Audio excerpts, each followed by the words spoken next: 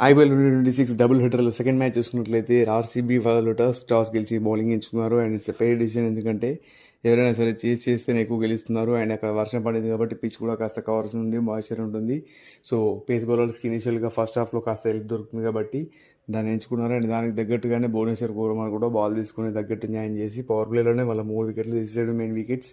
And దాని తర్వాత చూసుకున్నట్లయితే ఒక excellent partnership between Naman Dhir and Tilak Varma, ఇద్దరు ఎక్సలెంట్గా క్యాచప్ చేసుకుంటూ ఎక్కడ రన్స్ అవసరం అక్కడ 2s అండ్ సింగిల్స్ తీస్తూ ఆయన అక్కడక్కడ బౌండరీ స్కోర్ చేస్తూ ఎక్సలెంట్ పార్ట్నర్షిప్ చేశారు 8 innings.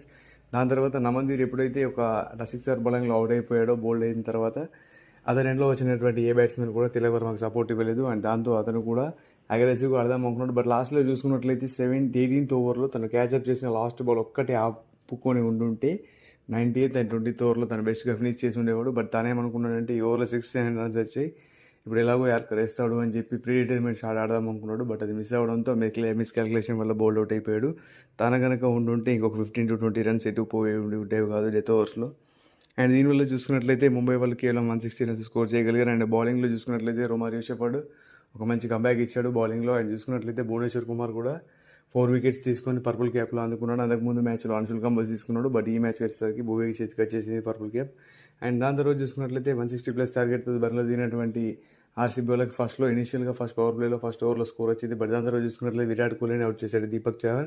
అండ్ దాని తర్వాత వెంటనే దేవదత్ పడికల్ని కూడా అవుట్ చేశాడు. చెప్పుకున్నట్టుగానే ఒక మంచి మ్యాచ్అప్ ఉంది దీపక్ చహర్కి చూసుకుంటే, దేవదత్ పడికల్ పైన కానీ విరాట్ కోహ్లీ పైన కానీ.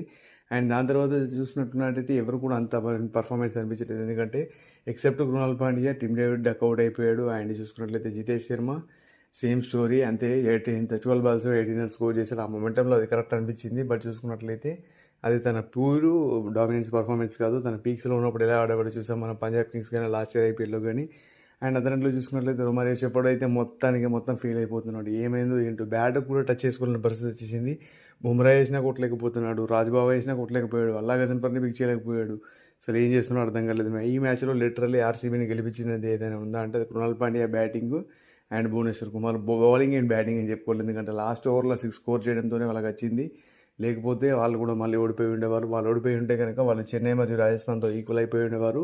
వాళ్ళ ప్లే ఆఫ్ సెన్సెస్ చూసుకున్నా కానీ కాస్త టైట్గా మారేవి. వాళ్ళు ఇప్పుడు ఇంకా 3 మ్యాచ్ల్లో ఒక మ్యాచ్ గెలిచినా సరే అఫీషియల్లీ క్వాలిఫై అయిపోతారు ప్లే ఆఫ్స్కి, ఎందుకంటే వాళ్ళ నెట్ రన్ రేట్ బాగుంది కాబట్టి.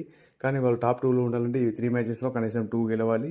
వీలైతే 3 గెలిచినా కానీ టాప్ 1లో ఉండడానికి అవకాశం ఉంది. అండ్ లిటరల్లీ ముంబై చూసుకున్నట్లయితే అవుట్ ఆఫ్ ద కాంపిటీషన్ చెప్పుకోవచ్చు. లాస్ట్ అంతకుముందు చెప్పుకున్నాం, బట్ ఇప్పుడైతే అఫీషియల్ ఈ మార్క్ కూడా వేసిస్తారు. And both Lucknow Super Giants and Mumbai Indians ఇద్దరు వాళ్ళు కూడా ఎలిమినేట్ అయిపోయారు. And Chennai Super Kings and RCB వాళ్ళు ఇంకా ప్లే ఆఫ్ రేస్లోనే ఉన్నారు.